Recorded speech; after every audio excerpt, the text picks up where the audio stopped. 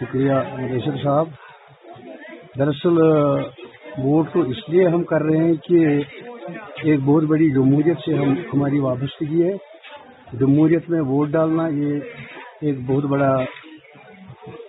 بڑی خوشی کا مقام ہوتا ہے جب کوئی ووٹر چاہے وہ چھوٹی عمر کا ہو یا بزرگ ہو ووٹ ڈالنے کے لیے جاتا ہے، اپنا نمائندہ چنتا ہے تو بڑی خوشی محسوس ہوتی ہے. تو اس ووٹ ڈالنے کا ہمارا صرف اور صرف واحد مقصد یہ ہے کہ ڈیولپمنٹ ہو، پراسپیرٹی ہو اینڈ پیس ہو.